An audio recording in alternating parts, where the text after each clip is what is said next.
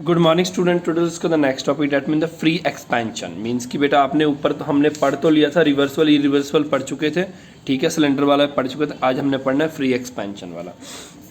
Free expansion का मतलब क्या है कि expansion of A gas in vacuum, मतलब वैक्यूम का आपको पता ना, जहाँ पे एक्सटर्नल प्रेशर जीरो के बराबर होता है। वैक्यूम जहाँ, एक तो वैक्यूम वो होता है जहाँ एयर नहीं होता, और याद रखना वैक्यूम में हमेशा एक्सटर्नल पी एक्सटर्नल जीरो के बराबर होता है, ठीक है। इसका मतलब है कि no work done during free expansion. इसका मतलब कोई भी वर्क डन नहीं होगा अगर एक्सटर्नल प्रेशर जीरो के बराबर है, तो कोई भी वर्क डन नहीं होगा ऑफ एन आइडियल गैस। और याद रखना चाहे वो प्रोसेस रिवर्सिबल हो इरिवर्सिबल हो, सबके लिए सेम होगा। क्लियर है? अब आपको ये चीज, ये तो पीछे से याद होगा, W किसके बराबर होता है? P एक्सटर्नल डेल्टा V, ठीक है। N बेटा आप लिख लो, कोई प्रॉब्लम नहीं है। N की बात, N मतलब नंबर ऑफ मोल है, ठीक है बेटा। तो आपको ये चीज़ तो पता ही होगा। पीछे आप देख सकते हो 6.2 इक्वेशन में, अगर आप कहोगे तो मैं दिखा भी देता हूँ, ये रहा, ठीक है। ये यहाँ नेगेटिव का साइन आएगा, वहाँ नेगेटिव का साइन दिया नहीं है, बट बाद में यूज़ किया गया, ठीक है। ये इक्वेशन पहले लिखा है इन्होंने। ये क्या बोल रहे हैं? तो वी कैन राइट इसके बाद क्या कह रहे हैं? We can write 6.1 equation in the number of ways depending upon the type of process. मतलब अगर आप देखना चाहते हो कितने टाइप ऑफ प्रोसेसेस हो रहे हैं, तो आप क्या करोगे, इसको क्या लिखोगे? We can write the equation 6.1 में। मतलब क्या है कि जो 6.2 है बेटा, ये वाला है, W equal to P minus P X W V delta V को आपने क्या करना है? 6.1 वाले इक्वेशन में लिखना है। 6.1 वाला इक्वेशन याद करो कौन सा था आपका? ये वाला इक्वेशन था पीछे, ठीक है। तो जब आप इसमें बेटा इसकी वैल्यू पुट करोगे, यहाँ माइनस भी आएगा, ठीक है, ये माइनस भी आएगा। जब आप पुट करोगे तो क्या होगा? ये W delta U plus Q minus P X D V. Clear है यहाँ तक स्टेप? और एक चीज़ याद रखो, एक चीज़ आपने ऊपर पढ़ा ही हुआ है कि इसके अंदर कोई भी, एक तो कोई वर्क डन नहीं हो रहा है, और इसमें क्या है? वॉल्यूम क्या है? कांस्टेंट है, ठीक है। इफ प्रोसेस मतलब क्या है कि नेक्स्ट कंडीशन क्या लगा रहे हैं ये, कि मान लो अगर ये प्रोसेस क्या हो रहा है? कांस्टेंट वॉल्यूम में हो रहा है। If process is carried out at constant volume, मतलब कांस्टेंट वॉल्यूम का मतलब क्या होगा? Delta we, change in volume क्या होगा? जीरो होगा। तो इसका मतलब क्या होगा? ये किसके बराबर होगा? जो ये वाला सिस्टम है ये जीरो हो जाएगा। अगर ये जीरो है तो मल्टीप्लाई ये जीरो, तो इसका मतलब डेल्टा यू किसके बराबर होगा? क्यू वी, ठीक है बेटा। अब यहाँ पे आप बोलोगे सर क्यू था तो वी क्यों लिख दिया था? सब्सट्रैक्ट वी क्या बताएगा? इन क्यू वी क्या बता रहा है? Heat supplied at constant volume. अब इसमें जो V है, Q के नीचे पैर में V है, वो बता रहा है कि हीट जो सप्लाई कर रहे हैं इस पूरे रिएक्शन को, या तो ये पूरे सिस्टम को, वो कैसे कर रहे हो आप? कांस्टेंट वॉल्यूम के साथ, ठीक है, कांस्टेंट वॉल्यूम पे, ठीक है बेटा। मतलब वॉल्यूम नहीं चेंज हो रहा है, इसलिए हमने उसने पैर में डेल्टा V लिखा है, ओके। इसके बाद एक एंथैल्पी वाला है, वो मैं आपको नेक्स्ट लेक्चर में कराऊंगा। इससे पहले हम करेंगे बेटा क्या? एक्सटेंसिव और इंटेंसिव प्रॉपर्टीज। एक्सटेंसिव प्रॉपर्टी वो प्रॉपर्टी होता है जो डिपेंड करता है quantity of size and matter present in system. मतलब वो जो क्वांटिटी ऑफ साइज और मैटर प्रेजेंट इन सिस्टम पे डिपेंड करे। एग्जांपल के लिए अगर देखोगे, mass, volume, internal energy, enthalpy, capacity, ये एक्सटेंसिव प्रॉपर्टी है। और इंटेंसिव वो है जो साइज, वॉल्यूम एक्सेट्रा पे डिपेंड ना करे, जैसे कि टेम्परेचर, डेंसिटी और प्रेशर। ये बेटा 2 नंबर में क्वेश्चन आ जाता है, इंपॉर्टेंट है, ठीक है, इंपॉर्टेंट लिख लो इस पर, ठीक है। इसके बाद बेटा ये आपके सिलेबस में नहीं है। और इसके बाद जो ये भी काफ़ी इंपॉर्टेंट टॉपिक है, डायरेक्ट ही क्वेश्चन पूछ लेता है पेपर में, the relation between CP and CV। बेटा एक्चुअली अगर मैं आपको यहाँ से कराऊंगा तो आपको समझ कुछ नहीं आएगा, क्योंकि आप सीधे पूछोगे सर ये क्या है, ठीक है। तो इसके लिए मैं थोड़ा सा पहले आपको पीछे लेके जाऊँगा।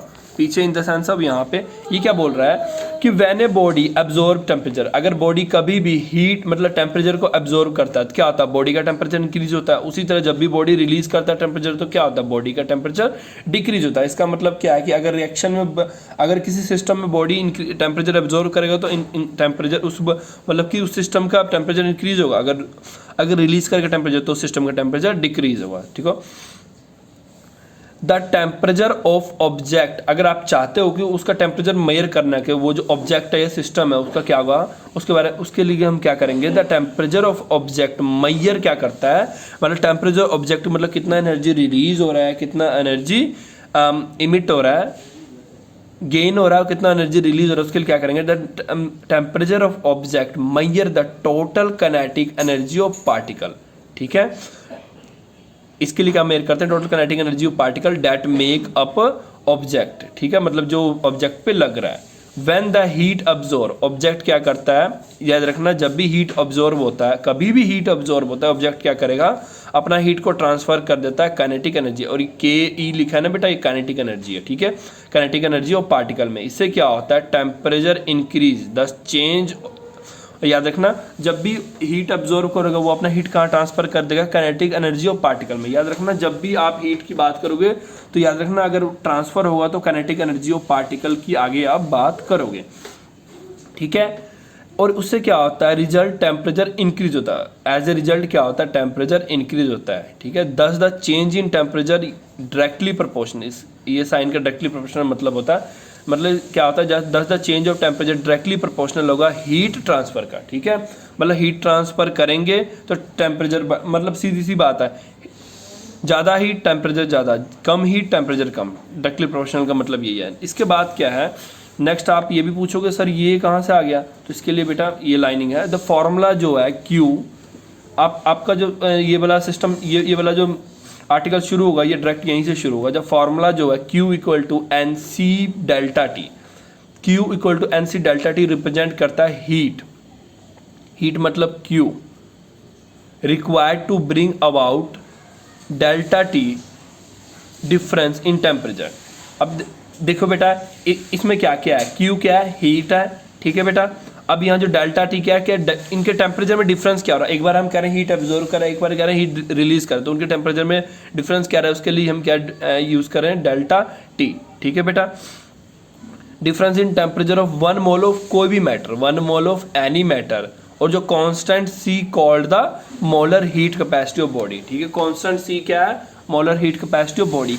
आई थिंक अब आपको पता लग गया होगा कि हम ये फॉर्मूला क्यों यूज कर रहे हैं। ठीक है, क्यू हीट, ठीक है, क्यू हीट के लिए यूज कर रहे हैं, सी मोलर हीट कैपेसिटी है, डेल्टा टी मतलब कि क्या कहते हैं, टेम्परेचर डिफरेंस के लिए। ठीक है, एन का तो आपको पता ही है कि मोल्स के लिए हम एन यूज करते हैं। अब आपको क्लियर होगा कि हमने क्या, एट ए कांस्टेंट वॉल्यूम, याद रखना कभी भी अगर एट ए कांस्टेंट वॉल्यूम देखोगे, कांस्टेंट वॉल्यूम में देखो क्या होता है, हीट कैपेसिटी क्या होगा। अब मैंने पीछे आपको चीज़ याद आ रहा है आपको, जब भी कांस्टेंट वॉल्यूम, अगर आप ऐसे करोगे कांस्टेंट वॉल्यूम हीट कैपेसिटी क्या होगा, हीट कैपेसिटी को सी से लिखते हैं, उसके पैर में क्या लिखोगे, वी।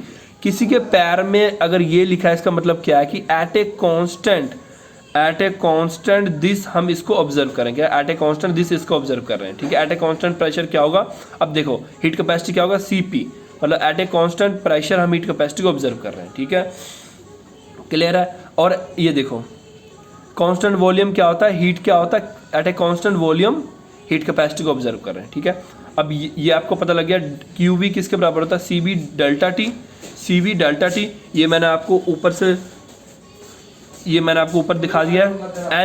एन की वैल्यू, अगर बेटा ये 1 मोल के लिए हो रहा है तो एन का वैल्यू तो 1 आ गया, एन की तो टेंशन नहीं, यहाँ पे सी वी डेल्टा टी आ गया। और याद रखना ये किसके बराबर होता है, इंटरनल एनर्जी के, किसके बराबर होता है, इंटरनल एनर्जी के। और कभी भी क्यूपी आ जाए, ठीक है, कांस्टेंट प्रेशर पे, ये किसके बराबर होगा, डेल्टा एच के। ठीक है, अब यहाँ तक आपको क्लियर होगा। ठीक है, प्रॉब्लम है तो बेटा लेक्चर में मुझसे पूछ लेना। ओके, अगर difference between CP and CV को अगर देखोगे किसके रिगार्डिंग, आइडियल गैस, तो आइडियल गैस का आपको एक चीज़ याद होगा, आइडियल गैस का आप याद रखना कैसे करते हैं, delta 4 mole of ideal gas, हम क्या फार्मूला लिखते हैं, delta H equal to delta H, delta H equal to delta U plus delta P V. ठीक है बेटा, अब एक चीज़ आपको याद होगा कि पी वी किसके बराबर होता है, एन आर टी के बराबर होता है। अगर 1 मोल के लिए दिखेंगे यानी कि एन की वैल्यू 1 है तो आर टी के बराबर होगा। ठीक है, तो अब आपको समझ आएगा कि यहाँ पहले पी वी क्यों लिखा, दोबारा आर टी क्यों हो गया। ठीक है, क्योंकि पी वी किसके बराबर है, आर टी के। क्लियर, अब आपको ये स्टेप से ये स्टेप पे आगे समझ आ गया। ठीक है, अब ये किसके बराबर आ गया, डेल्टा यू किसके बराबर हो गया, delta U sorry delta H equal to delta U plus R delta T. यहाँ तक क्लियर है, ये आपका यहाँ स्टेप खत्म हो गया। अब देखो क्या करना, on the putting delta H delta U को कहाँ पुट करना, आप इस इक्वेशन में पुट करना है, एट कांस्टेंट प्रेशर में क्यूपी वाले में आप पुट करोगे, डेल्टा एच की जगह पे ये पुट करोगे, डेल्टा एच की जगह पे ये वाला वैल्यू इक्वेशन पुट करोगे, ठीक है। अब देखो बेटा इन दोनों इक्वेशन में डेल्टा यू के जगह ये पुट करोगे, डेल्टा एच की जगह ये पुट करोगे, ठीक है बेटा। मतलब इस इक्वेशन में सारा इक्वेट कर दो, डेल्टा एच की जगह पुट करो, ऊपर से डेल्टा यू की जगह पुट करो। जब आप पुट करोगे तो ये इक्वेशन है। अब इसके बाद बोलोगे ये कैसे आ गया, तो इसमें क्या करना है, डेल्टा टी इस तरफ भी है, डेल्टा टी इस दोनों तरफ भी है, इसमें से कॉमन निकालो डेल्टा टी। ये तो आपको पता है कॉमन निकाल के कट जाएगा, ये कट गया। अगर आपको नहीं पता लगा कैसे कटा तो इसको इसके इस तरफ ले आएगा तो नीचे आएगा, ऊपर नीचे से डिवाइड में कट जाएगा। तो आपके पास ये आ गया। और आपने क्या निकालना है, सी बी, आपने क्या निकालना है सी पी और सी बी के बारे में। तो सी पी वी के उस तरफ ले जाओगे माइनस में आएगा और ये आपके पास आंसर आ जाएगा। बेटा मोस्ट इंपॉर्टेंट टॉपिक है और जैसे मैंने पूरा कराया अपने पेपर में वैसे ही लिखना है, ठीक है। थैंक यू फॉर टुडे, आज हमने इतना ही करना है।